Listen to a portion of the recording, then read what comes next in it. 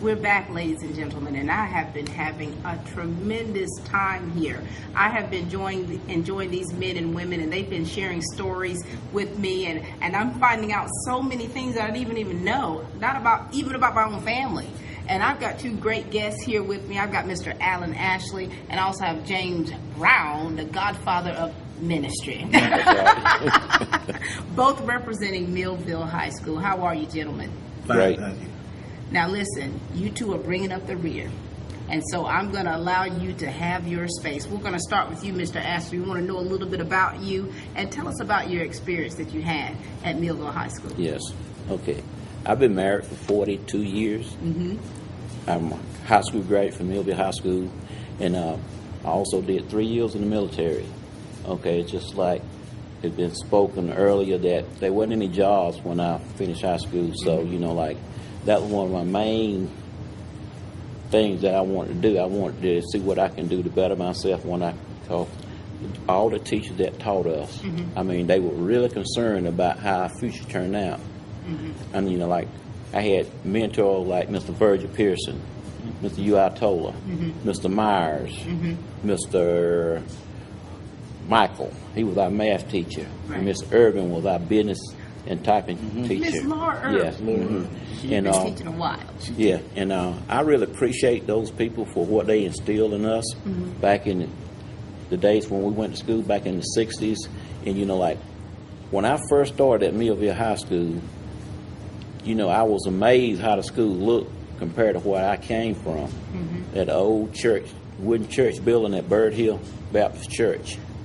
Yeah, and the old Millville, when they built the new Millville, they gave it the same name. Okay, mm-hmm. the old Millville, the old Millville church community, and right. they brought that name on over with them. Mm-hmm. And when I saw that, I thought that was the largest school I ever seen in my life. And I never seen so many kids at one spot. And I mean, Millville High School was one of the biggest schools in the county compared to B.D. Perry and Mary Fleming. Mm-hmm. They bus kids all around. My graduating class, I think we had about 17, 18 kids that graduated. Mm-hmm. But, I always look forward to going to school, And then, a closer time come to graduation, you said, man, what I'm going to do? I said, right. there ain't no jobs around here. Mm-hmm. So whatever. But one of me and my second cousin, we joined the buddy plan and went into the military. Mm. And, then I took up wheel vehicle mechanic. But then that was one of my things when we had shot with Mr. Pearson. Right. You had learned some things. I've learned some things. So we finally got an old car. And that one of the cars that we had was one of the first one I rebuilt and shot. Get out of Yeah. here. And what kind of car was it? It was a 59 Chevrolet. A 1959 Chevrolet. Yeah. Yes. And, and that's just the way things were. Back mm-hmm. in that day, a lot of us boys didn't have cars and stuff. So just like James here. Okay, if he had a car, we put our little money together, buy gas, stuff like that, and rode. Yeah, rode. Gas was like 25, 30 cents a gallon, and we could fill our car up and ride the whole weekend. The whole weekend, yeah. And, that was one of the things about when we all went to school at Millville, we basically were all on the same level. Mm-hmm. And we didn't have the things going on at school the way they do now. Things are definitely different. We didn't pick at one another, right. because we know what street you came from. Right. Yeah, and then just like the lady said earlier, like the teachers, like if you did, a lot of my teachers, I think had two teachers that knew my uncle, mm-hmm. Miss Rachel Baker. She always told me, say, Alan, she said, I'm gonna call you uncle. That you would shape up. Right. Same way with Mr. Toll. Uh-huh. And we know we had to shape up. Yeah, or ship out. Ship out, yes. Mm-hmm. And, just like when we got out for activities and stuff like that, mm-hmm. Being cooped up, shut up like that for so long, mm-hmm. especially boys. Right. I mean, we just ran, all over. Because the building sat on 17.5 acres. I went to Millville. I mean, I was there in the 5th grade when it wasn't the high school. Yeah. And, and after we graduated, and I wasn't able to come to a lot of my graduation, not graduation, but class reunion because of where I worked. You know, because I worked shift work, and it was kind of hard for me to get off and juggle that. And so, doing all this course, you know, after we all graduated and everything, back, I think in the early 2000s, my first cousin, James Robert, he went inquiring about the old school because the Millville school, the elementary school, they had moved it over on 80 and Dudley. And so we went to the Board of Education, and we was able to acquire that building. Wow. Yes. And, you know, we still have, I think we've been there about 10 years. But the Lord blessed us to buy that, and we're the only one that bought one of the schools that we ever went to. That is wonderful. Yeah. And you two, now you're class of 66, but Yes. you 71. 71. Now let's talk about you, Pastor. Okay. Okay. Yes. I'm glad I went to Millville. First of all, let me say this: I am a pastor. I'm a pastor of the Pine Grove Baptist Church in Cochran, Georgia, and the Free Gift Baptist Church in Eastman, Georgia. I pastor 2 churches. But we went to Millville. I started out in Millville. But I actually started at William Chapel, at the little school beside the church. That before William Chapel was what it is today. But they just have a little small schoolhouse beside it. So that's where I started school at. And then we moved to the west side, so I started school at Millville. And stayed at Millville up until 70, 71, the year of integration, and we all went down to Dexter. But basically my entire time was at Millville.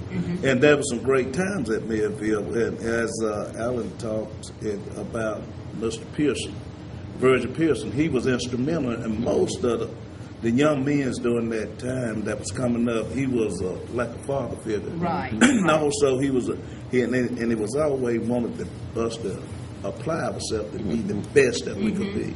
And I can remember we taking this blue 1966 station wagon and going to Camp John Hope. I went to camp. Never been away from home, but he took me to Polk Valley, Georgia. Polk Valley. Camp John Hope. And that was a unique experience. Got down there, and all the boys went, and we learned that we was able to be independent because we had to look after ourselves. Well, I guess about 12 years old, 13. Right. And that inspired me then from being able to get up in the mornings and make the classes at times we needed, and gave us responsibility. And from that day, I wanted to be a soldier. So when I came out of school, like Alan said, there was no job that you could support a family with. So I joined the Army with several other guys on the buddy plan. Went in the Army, stayed in the Army 7 years, and that gave you an opportunity to see what life was about, and also to prepare you for what you want to do after you came out of the Army. So right, and I think it matured you a little bit too, kind of gave you that discipline that you needed. It did, because we had it at school, but we didn't have the hands-on that we got when we went in the military. Being away from family. Yes, and it taught you responsibility of how to manage money, how to manage your time, and that was great, because when I came back, then I was able to go to work for a company that was structured basically like the Army, and where you still had to manage your time and be responsible. So and that was so I really loved that. I always contribute my success in life going back to Camp John Hope. And that was in the station wagon. Yeah, in the station wagon. Polk Valley. Polk Valley. and we just to look at the individuals that went to school with us. It was instilling us that there was no handouts. Right. That you had to get out there. You had to work. You had to work. Regardless of whatever capacity, you had to do something to contribute to the bottom line. Yeah. And that helps us. And when you look at all us guys now, we getting wisdom. We showing wisdom with the great hair now. We both have wisdom. Yes, but it was a great time because, and we were competitive. If Alan bought a house, I'm gonna make I'm gonna get me a house. Is that right? Yeah. You know, and that was just it wasn't that. It was just that competitiveness that helped us to be better. Right. And so if Alan had one job, he could support it. Well, I'm going to get two jobs, but I'm going to get me a house. I'm going because I want to be self-independent. And you pushed. I think you pushed one another's individuals to be better. Yes, it did. It was good competitiveness. It wasn't anything I'm jealous and anything like that. But if Alan can do it, I can do it too. Right. And that was a great time. Those years at Midville. Like Mr. told you, I told the principal and those teachers, they were just like mothers and grandmothers. Wow. That you did not. They seen something in us that we didn't see in ourselves. Yeah. And they had a way of bringing it out to you. I bet you they did. They brought it out to you with plum switches, sugarberry switches, or whatever they could get. Belt, whatever. And it was all right. Yes. But they made us be better. Yes. And so and that's the reason we have progress to where we are today because of those patriots. They knew that we could do it, and they knew that. And we was in the 60s and 70s was a transitional time. Yes, it was. Because looking back, 6 to 8, when President Kennedy, I remember that day when he got assassinated, they closed the school down, put us on the buses, and sent us home. And everybody, and you could hear a pin drop on the bus. The bus drivers, they were sweating. Everybody was scared because we didn't know what was going to happen. President did. So that was when people were really patriotic. Right. And at 6 o'clock in the afternoon, when they had but one TV, everybody gathered around their television to see what was going on in Vietnam. And Walter Cronkite, but he would just entertain you. And he was the man. If Walter Cronkite said it, that was the gospel. That was it. But at the end time, that was family time. Yes. Right. Mama, daddy, sister, everybody was at that TV. Got the news, found out. And it's amazing how times were then that because you lived through so many critical points of history and growing up in that and still having the training that you did at home and at school and it's really has shaped you to be the men that you are today, and so you're able to instill that within your own families and the people that surround you. And it was during that time, if I was doing something that Alan wasn't really want to hear about, he would question me about it. Right. You need to check yourself. We held each other accountable. Yeah. That's good. Yes. Yeah. I think that's very good.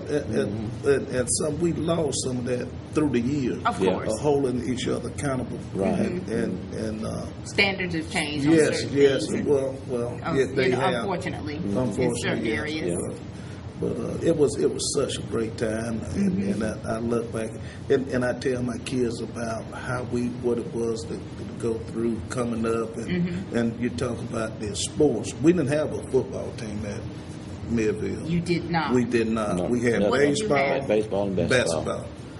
Were you two athletes? No, I wasn't. Well, I played basketball, but at the school we didn't have a gym. So what they would do, they would have a dirt court, and they'd take linemen, line lines out and make and that's how we played. And after 10 minutes, the lineman's gone, so they got to stop the game and reline and remark. Schools and students don't know how fortunate they are They don't. But that's the way. But that's how you learned. That's how you played, and it was all right. It was all right. That's all we knew. Right. When you don't know no better, you do what's there. What's there, and it was great. It was great. It was a lot of friends made, lifetime friends. Yes. On that court, there's 5 years between Alan and I, but we friends. I can remember, I was a little kid. He was a senior. Is that right? Yeah, when I was like in you looked up to 8th grade. Yeah, like when I went to 7th, 8th grade, he was a senior. He was senior. Yeah, so I'm the kid, but those guys, but we looked up at them to set the example. The bar was raised. You had a certain standard. Yeah, so we had to make sure that we came up to that standard, and that was great. Yeah. To be able, it wasn't that they was grown ups, but they were seniors. So when I get to be a senior, I want to be like Alan. I want to wear some pants with creases. With some creases in them. You see, he may have had a little job, you know. Right. So he can do some things that we couldn't do. But that's what it's all about. That's what life is all about. It absolutely is. Yeah, and now you're still getting together. Yes. You know, you're still having you're having your mega reunions now. I want to know what that experience has been like for you all. But for me, it's been great because, you know, a lot of, just like a lot of my classmates, what I did, just like the young lady earlier, she had a list of her classmates and everybody she graduated with. So every year, come Christmas time, I look forward to that time because I send every one of them a Christmas card. Oh my God. Yeah. Too nice. A lot of them, some of them respond and some of them don't, but I don't, you know, like that's the kind of person I am, you know, I care about them because I cared about them when they send me one back or not, that's me. I'm sending that love out there. Transcends you know time. What I'm saying? Yes, I do.